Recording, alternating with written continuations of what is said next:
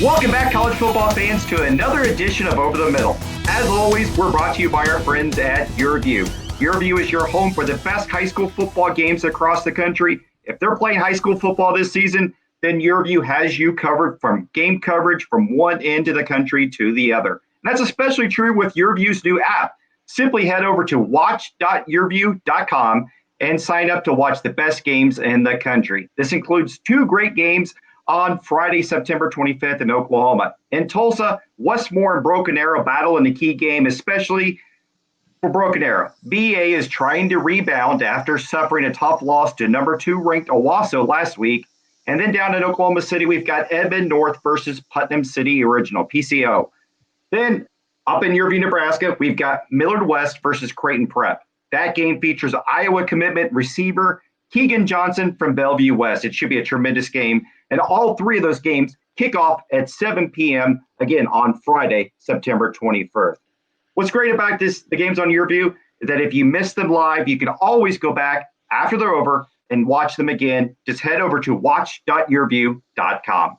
For those that are new to the pod, I'm your host, Jeremy Crabtree, and I've spent, the last 25 years covering college football recruiting at Rivals.com and ESPN before moving to my current gig here at KMBC and 9 News in Kansas City.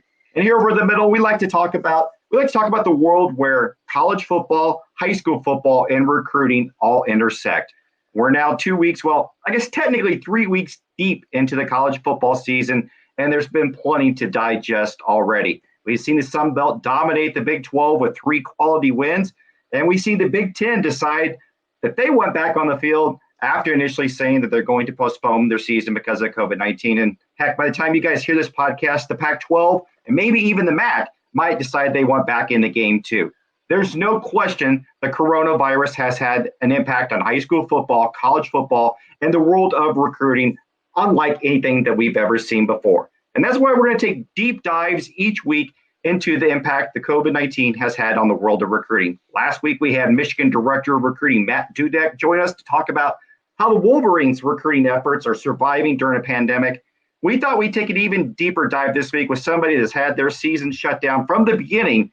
But with his background, he knows what it's like to be at every level of football, the NFL, the FBS, the FCS, D2, D3, junior college, and high school. Plus, he's got an amazing story of how positivity can overcome anything, even cancer.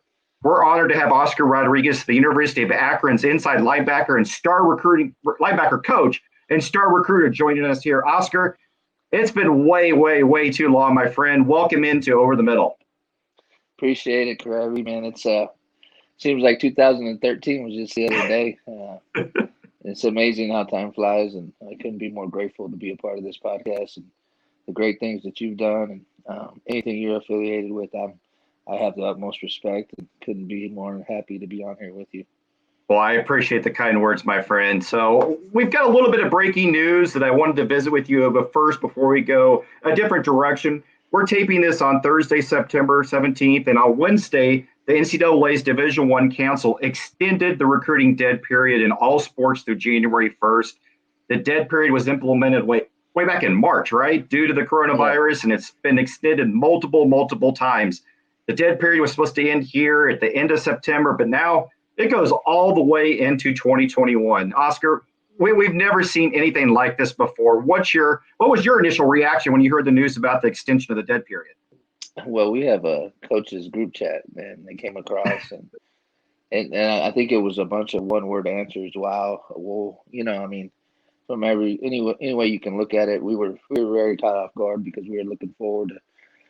And you're still, we're predominantly full, but not, and you still have some fringe guys, and you have some guys that haven't been on campus.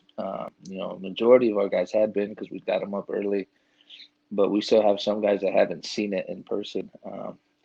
So it puts some stress on you in the sense of being able to close some deals. You don't want it to come down to, well, I've never been there before.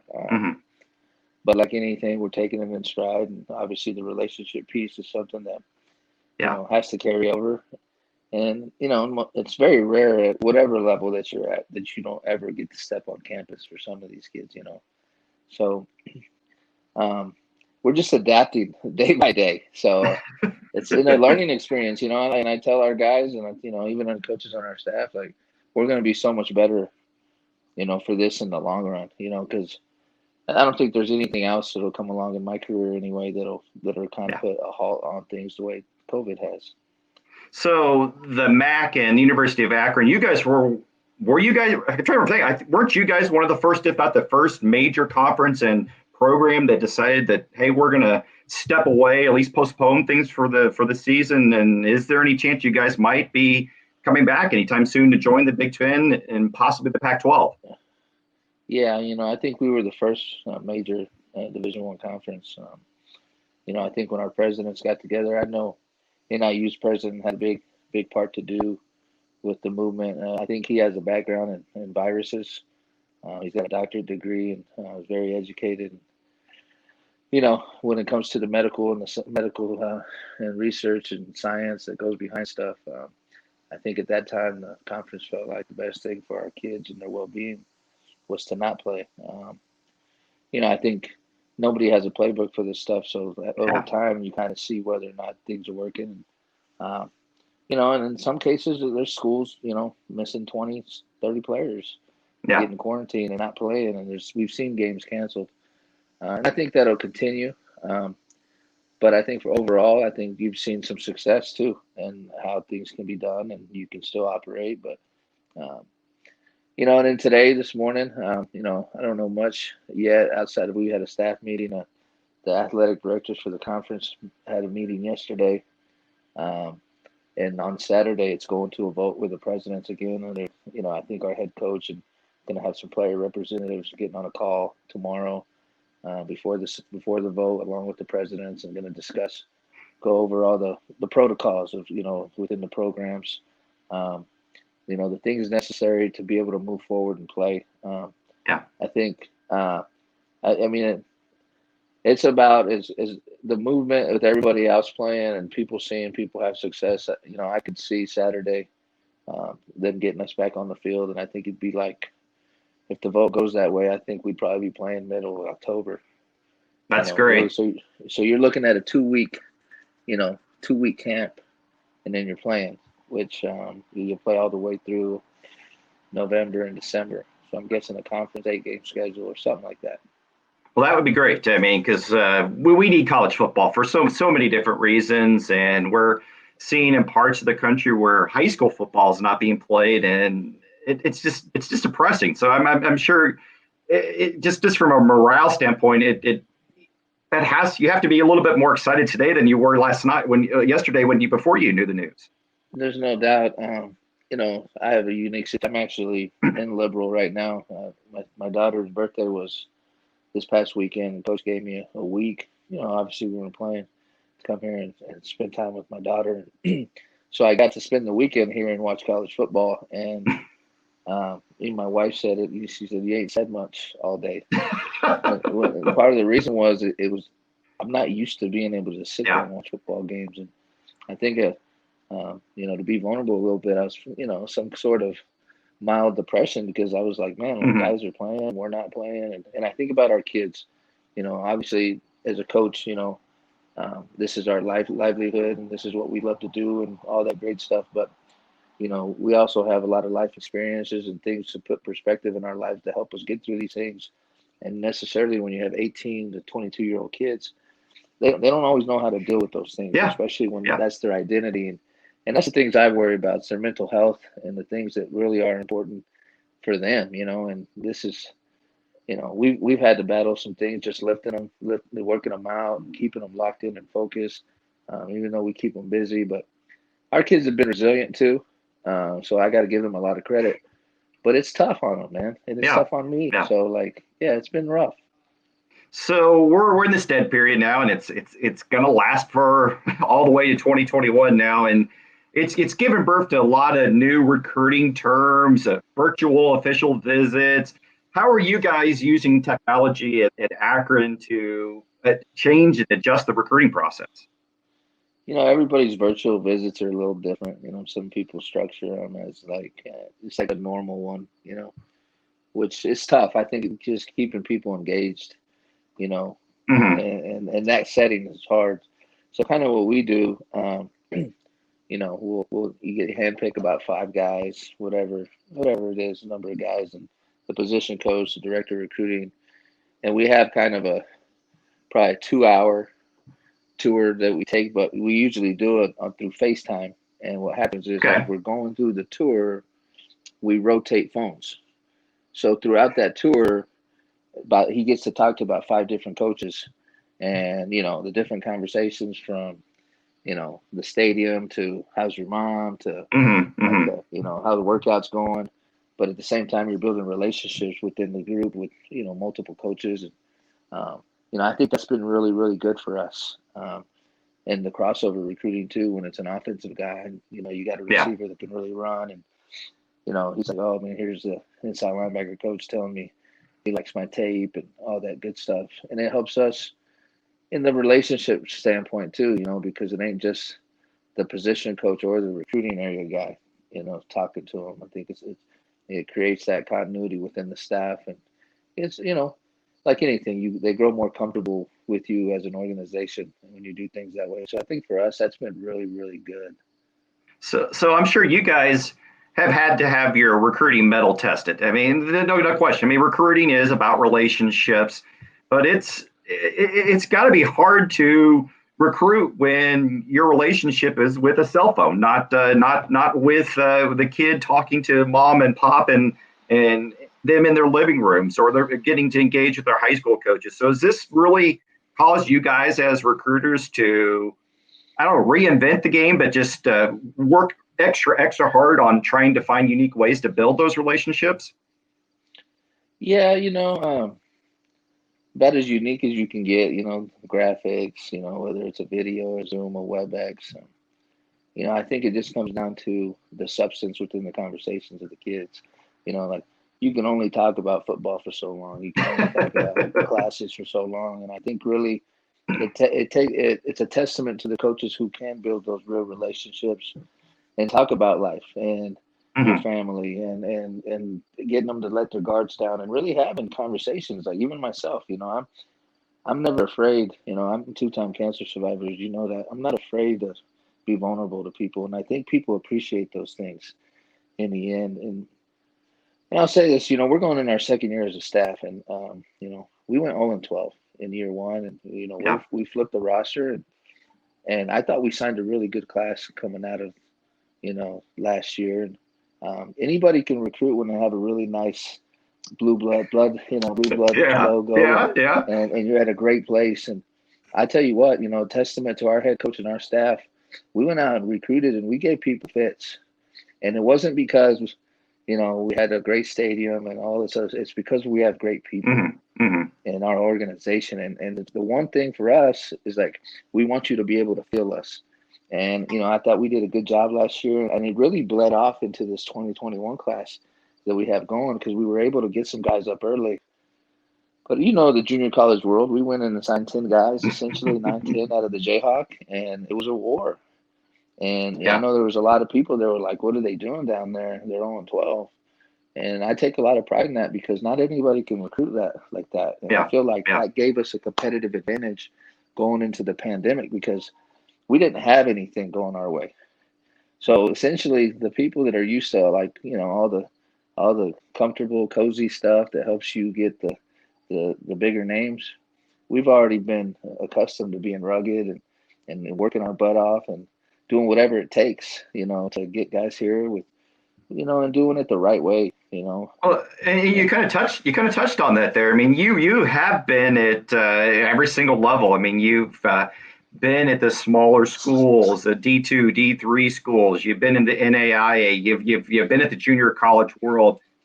It's easy to recruit sometimes, like you said, when you have the logo on your chest and you've got the private planes. It just, can you kind of lay out how hard it is when you're not Alabama to go out there and walk into living rooms? Well, when you could walk into living rooms and recruit it challenges yourself, doesn't it? It is, and it's even more challenging when people have really nice stuff, because it matters. Yeah, there's a lot of people that sit here and tell you, hey, we value relationships, and okay, Well, they'll value a couple different schools, but then some of them are going to have a nicer team room. They're going to have nicer, you know, facilities. Period. You know, to me, the recruiters that can separate themselves apart and still find a way to build a strong enough relationship to overcome those things, it's what's going to set you apart. And I Hmm. think my background has really benefited me, and really a lot of guys on our staff. You know, my head coach is a former D3 head coach. Um, you know, we're used to kind of doing things with, not the same, stuff that people have. You know, we have to find a way to, like, essentially sell the things we have, and more importantly, who we are as people Yeah. to set ourselves apart. And um, I think at the end of the day, it's really helped us because sometimes kids can go on a campus and get enamored with the nice locker rooms, and Hmm. those things are Hmm. getting pretty outrageous. Um, but I think now it's coming down. It's more of a toe to toe, and yeah, you could do a virtual visit, and you can still see the nice things. But I think essentially the relationship piece really is going to carry more weight right now during this time because Well, people can't get on campus like they want to. well, Oscar, you definitely know how it is to recruit with limited resources. And yes, we're right. We're right. We're in a different world with COVID. But when I was at ESPN, I had the honor and the pleasure to travel with you in a Garden City Community College van without air conditioning, without heater, with a broken windshield wiper for 34 hours, 1,500 miles from Pittsburgh, Yeah. Kansas to Miami for your 2 week recruiting trip. And it was interesting, especially since you only had a budget of about $2,500 for the trip, and the story, which I'll make sure to tweet it out here a few times this week on my Twitter. Follow me at Jeremy Crabtree. But it was one of the most well received stories that I've ever done at ESPN, and that was a fun trip. But that was that just kind of helps you.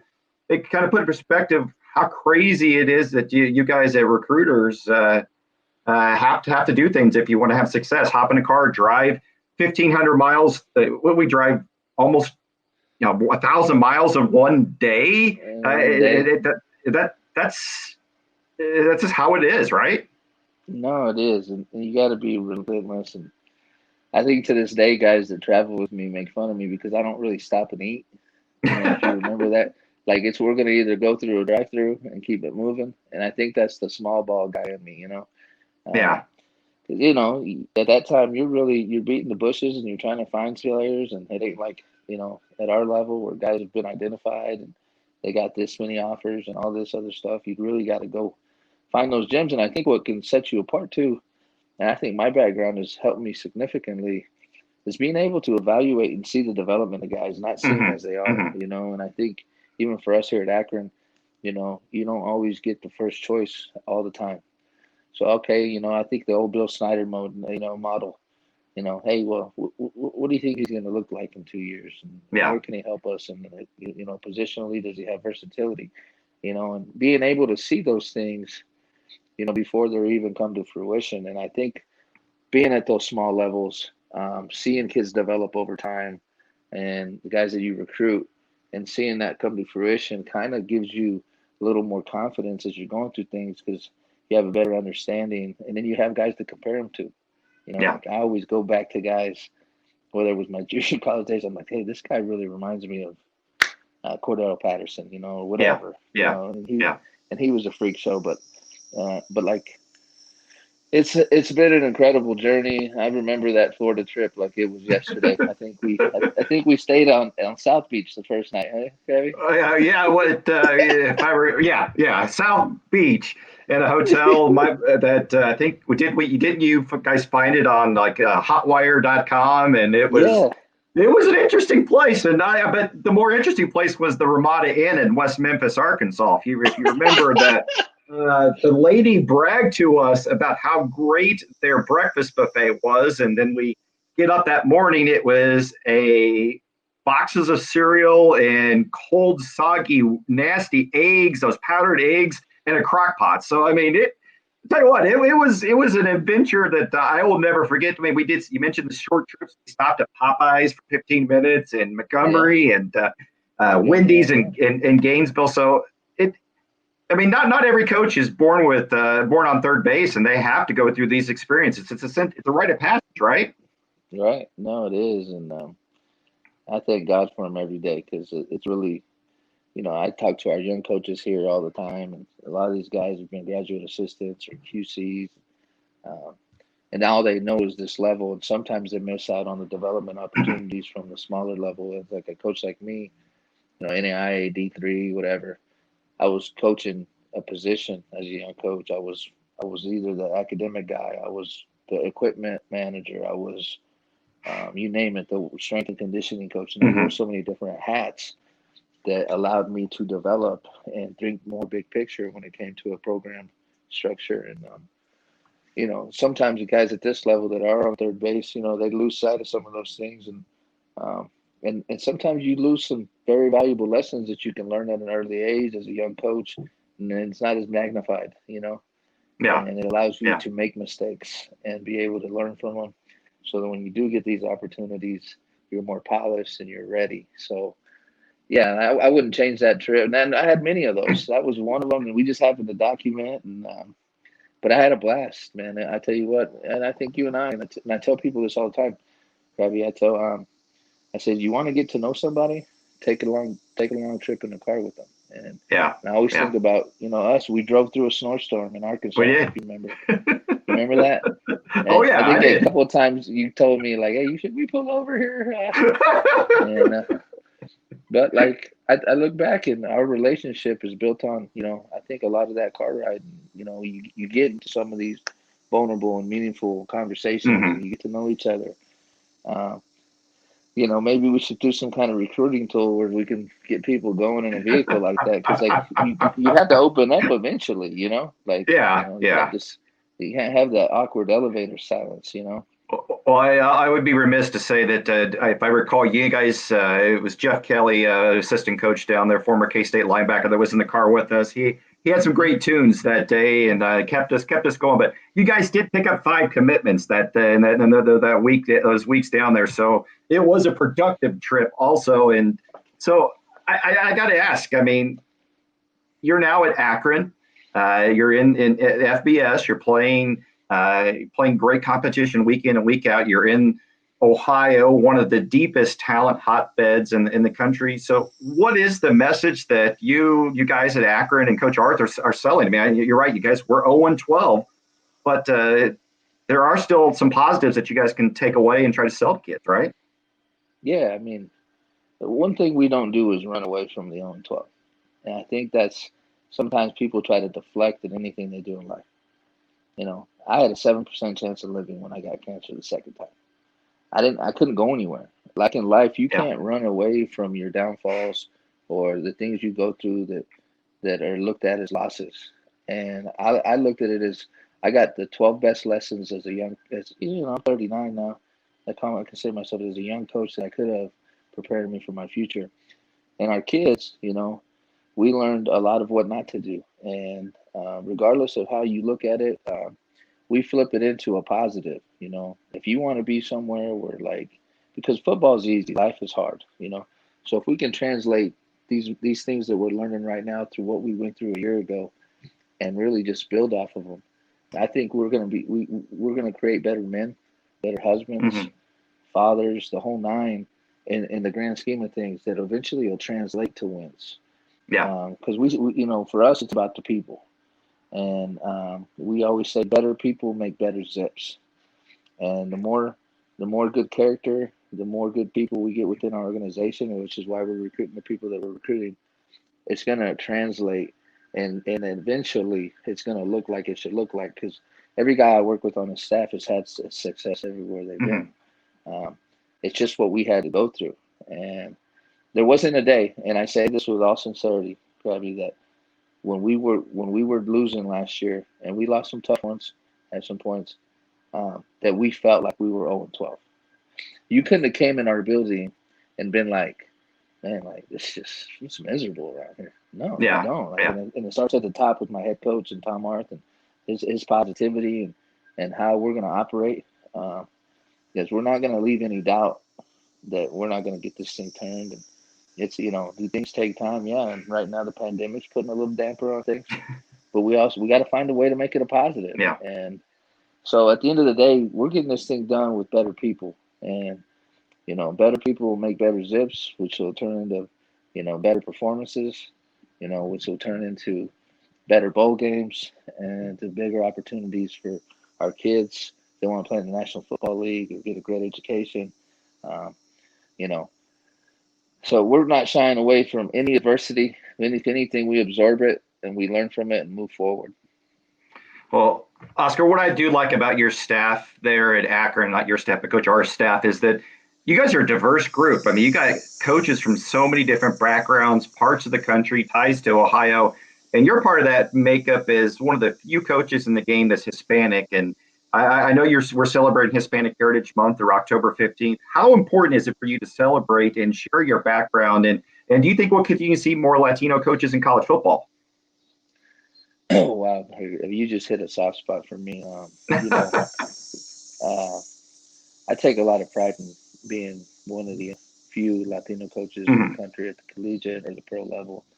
Um, and you're right, our staff is very diverse. Coach R's done a great job. I think when it comes to minority, I think we're split half and half, and there's a good mix of people and culture within our building.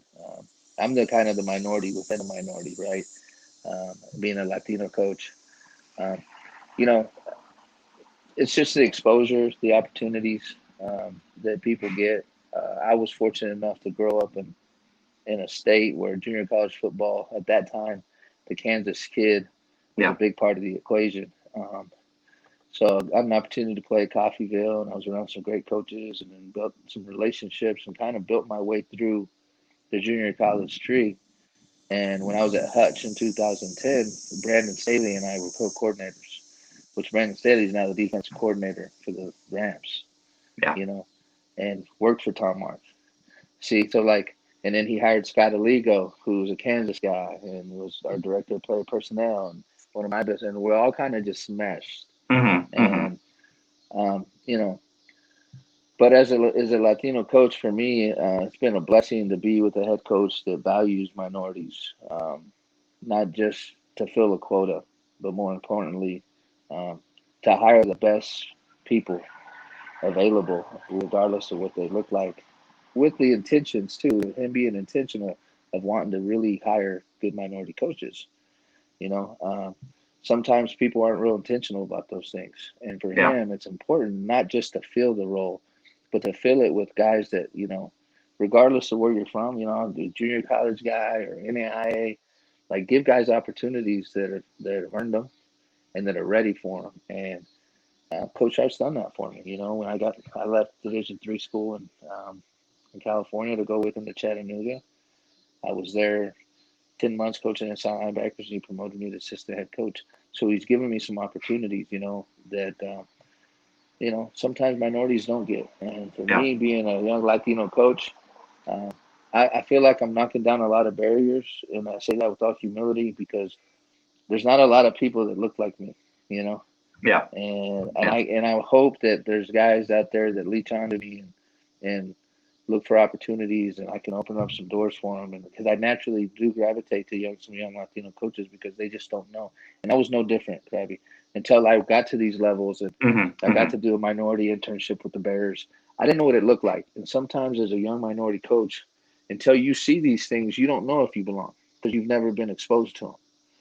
But now that I've been at this level and I spent some time with the Bears as an intern in the Bill Walsh Fellowship Program, it really opened up to my eyes that, like, hey, I have the ability to be pretty productive at these levels, and it has nothing to do with what I look like, but everything to do with my work ethic Yeah. and my choices and your hard work. So yeah, man, it's a blessing to say the least. Well, and you think you hit the nail on the head. I mean, I think that there's a lot of great Latino, African American coaches that just need that opportunity, just need to have mentors like you that can help open up the doors. And I'm excited to see what the future of not just high school football, college football, and pro football look because there are. I've talked to coaches from all over the country and from all over every little small town to big town in the country, and there are some great Latino coaches out there that just got to get that one opportunity somehow, some way. And I I know I'm not saying this just because I'm visiting with you now, but I think having a success story like you will help open up the doors for other people. No, and there's no doubt. I think when people are exposed to other people outside of a certain culture, then it opens up doors, and they start to Hmm. become more, you know, well-rounded. And so, okay, well, let's look in this pool. I'm gonna be honest with the guy that kind of gave me a lot of confidence, Gabby, was Matt Miller when we were at Garden Yeah, City. yeah, I hadn't been higher than Division II. I was coming off cancer the first time. I walked away from ball and thought I was going to get out of it. Matt talked me into coming. He's like, you don't even have to call plays. I ended up being the special teams coordinator, coaching the D line. But I'll never forget, after being with Matt for 2 weeks, he pulls me in his office and he shuts the door and he goes, "Hey, like I really want you to be involved with the defense. I respect you a lot as a coach. hmm, I worked with Bill Snyder for however many years, and he goes, you're every bit as good as any guy I worked with." And when a guy like that tells you something, and you're yeah, a young Latino coach like me, and you, excuse me, I'm getting kind of, uh, Matt gave me a confidence that I never had, because you always wondered until you see those things. And without a guy like Matt Miller, whose dad was in the hmm, NFL for 45 years, or he was in the Big 12, Big 8 with Coach Snyder, you know, you don't know, yeah, but yeah, he empowered me essentially, yeah. and gave me a huge confidence to go out there and work, and like that I could do these things.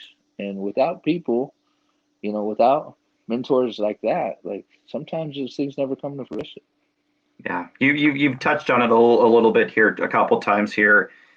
What I think just is amazing about your story is you are a two-time testicular cancer survivor, and you did throw it out earlier. There was at one point where doctors told you had a 7% chance for survival after relapse in 2014, but you battled through that, and you were named the Division III National Assistant Coach of the Year at Laverne College in California. That experience, it's a big part of your story and who you are today. So how did cancer survivor change your life as a father, as a husband, as a coach, and as a recruiter? I mean, it's changed your everything, hasn't it? Yeah, perspective. Um, the first time I got sick, anytime I speak about my story publicly, I always talk about how one of the things when I walked away from Emporia was my daughter would have been 3 or 4 at the time, and I just wanted to be a better father. I was I was financially a good dad. Hmm, I hmm. wasn't around. I was so career driven. I was chasing. I was probably one of the young and up and coming coaches. I was a D2 coordinator and all these things, right? But I kind of lost sight of what was really important, and that was being present, for my daughter. And a big part of the reason I walked away, I ended up with Matt, and Matt gave me that opportunity. He's like, "Hey, man, whatever you need. If you need to take her to school every day, I don't care. You show up, and like I just want you to be on my staff, and don't walk away from football, because we did when Coach Snyder got out." And then I got sick again, right? And Yeah, that's kind of when things really changed for me, from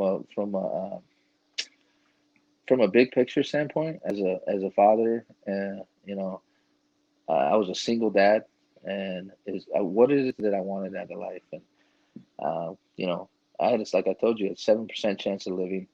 At that time, I was doing chemo six days a week, 24 hours a day, and then I was off. So it was really intensive. So I had a lot of time to reflect and really, think about what it is that I wanted to do. Well, coaching was it, but like at yeah, this point, I was done chasing jobs, chasing logos. yeah, I was yeah. like, you know what, I'm chasing people now. And Hmm, hmm. um, long story short, I couldn't really get a job anywhere. Had a couple of interviews, some QC job. Like thought I would did some really good things from a cognitive mental standpoint. But I had neuropathy in my legs, so I could barely walk. So I Yeah, was kind of damaged goods. Like some people, they wouldn't tell me that, but I'm also not stupid. So those opportunities, weren't there. Long story short, then I get a call from Chris Creek, who's the head coach at the University of Laverne, and hmm, hmm. he's going into his 5th year. And we have a mentor in common, Jay Hood, and Coach Hood calls me. Yeah, He's like, "Hey, I don't know how your health is, Oscar, but Chris Creek's looking for a coordinator. And when the conversation originally happened, it wouldn't have worked out. And he actually had offered the job to somebody else. The guy backs out. He comes back to me, and I'd just done my first day of rehab. I'd been in the pool, so I actually felt pretty good.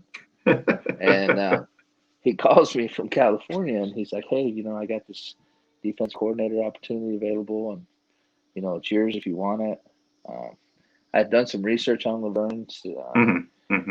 From a tradition standpoint, there was none. It had like 2 winning seasons or 3 winning seasons in 125-year history. And Creek at that point, I think the most games he'd won was 3 or 4 in a season. He was going into year 5 and essentially had to win. He was on the hot seat. Yeah. And he told me, he's like, "Here's the situation. I need a coordinator. And I think you'd be a good fit." And I had coaches and I had people close to me telling me not to take the job, that it was career suicide. Interesting. Yeah, they're like, "Hey man, like nobody wins there. Don't go." Vividly telling me. Well, the thing was, I didn't have a job. I didn't have insurance. I'm coming off cancer. I'm literally paying my own insurance. So I didn't have any choices. And I went down there and I was on a campus, Division III campus, and I had never seen so much diversity on a Division III campus like I saw at Laverne. It blew my mind when I got on campus. I was like, "Holy smokes! There's a lot of brown and black people. Like, what's going on?" For me, I just had never seen that. And being a Mexican kid from liberal Kansas, his parents are immigrants. Now, you got Spanish speaking people everywhere, and the culture, it was almost like I was meant to be there, Yeah. Well, I give a lot of credit to our head coach. They did everything they needed to do to get me there. Like I said, I still could barely walk. You couldn't have painted a better story. We ended up going 8-1, winning the conference outright. Second time in school history to go to the national playoffs. Wow. It was incredible, what happened. Those kids bought into, what we were teaching, and really probably my most fulfilling season as a coach, because being able to see those kids accomplish things that people said they couldn't do. And, I had a bit of a chip on my shoulder, not going to lie. Yeah. But California was the best thing that happened to me, because that year we won a conference championship. The next year we struggled, but I met my wife at that time. I started dating her. And then year 3, win the 2017 AFC Assistant Coach of the Year. So for all the people that said don't take that job, it was probably the best decision I made in my life. And that's awesome. After I won the award, it's kind of when things changed and opportunities came. Yeah. And man, I'm a lucky guy, man. I'm blessed, and I tell people all the time, I couldn't have even wrote the script. That's how amazing God is, because he outkicked anything that I thought was possible. You know what I mean? He elevated it. He's like, "No, man, you think this is good? Just wait." Bam! Awesome. And you're like, awesome. Well, what I love about your story also is that you're giving some blessings back to those who are also impacted by cancer. You founded the Coaches Against Cancer Foundation, which raises money annually with donations, silent auction, a golf tournament for people. And I swear I'm going to get out there someday to the golf tournament. I can't play worth a look, but I'm going to get out there and do it. And what's great about the foundation is that you guys give assistance to people that financially can't afford things with cancer, with lodging, travel, medical bills, medication. Tell us more about that foundation, and one, how people can help, but then two, it's an important part of your story and your life now, right? Yeah, I mean, it was one of those things, just a kid from Liberal, Kansas. I want to start my own foundation. Well, what do you know about 501c, Oscar? What's a 501c? I had no idea what I was getting into. I just had this vision, and it was coming off cancer the first time, and it was in that time between me going to Garden City, and that's all I worked on that summer. Well, anyway, it started building, and what we did, or what we do, we bring in about 20 coaches, all levels, all over the country, and I essentially put them up in hotels, pay for their meals and any adult beverages that they like while they're here. So make them feel comfortable, and then we put on a free football camp for kids here in the community.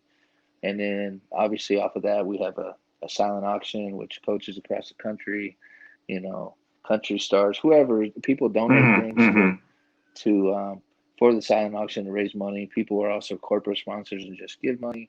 And then we have the golf tournament, and it's like a 3-day weekend, and it really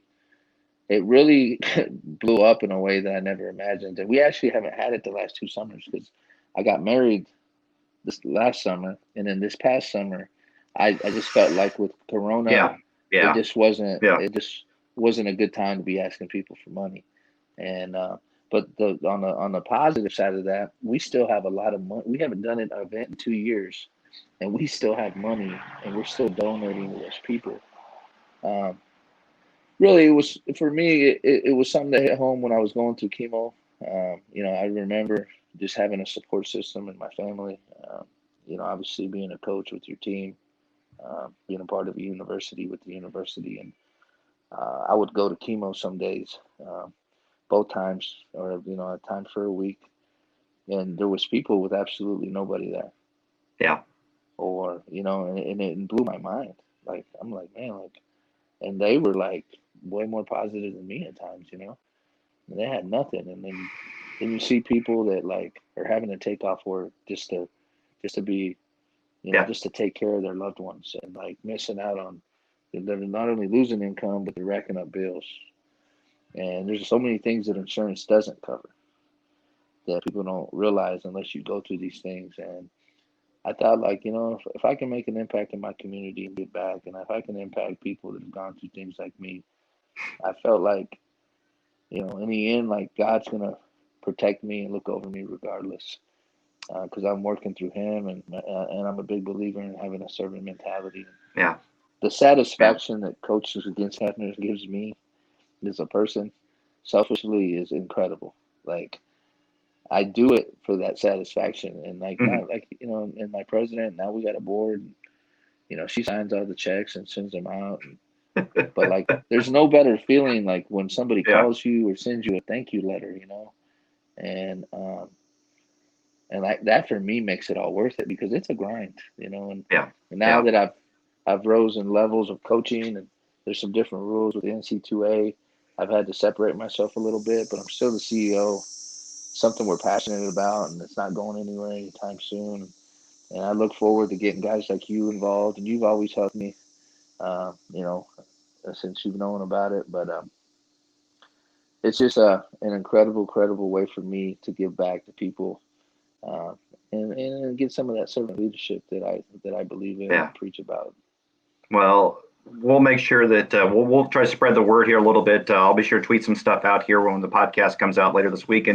And cancer is something, it touches everybody in some way. I lost a grandmother to cancer. It touches everybody in some way. So any way that we can do some positivity, especially in today's world, is a great thing. And I think it's just awesome. And I've always thought it was awesome what you do. And I can't tell you thank you enough for letting me get a chance to tell more of your story. And I mean this from the bottom of my heart, Oscar. You're one of the best stories in college football, and your success is well deserved, my friend. Appreciate that, Jeremy. It means a lot. All right, Oscar. Thanks for joining us here. Folks, we covered a lot of great stuff in this episode here of Over the Middle, but we're just getting started. We're going to continue to take a deep dive into the impacts that COVID-19 has on high school football, college football, and the recruiting process. My name is Jeremy Crabtree. Once again, thank you for joining us here on Over the Middle. Check out yourview.com. That's watch.yourview.com for all the great highlights from the biggest games across the country this upcoming weekend. Thank you. We'll catch you again next week.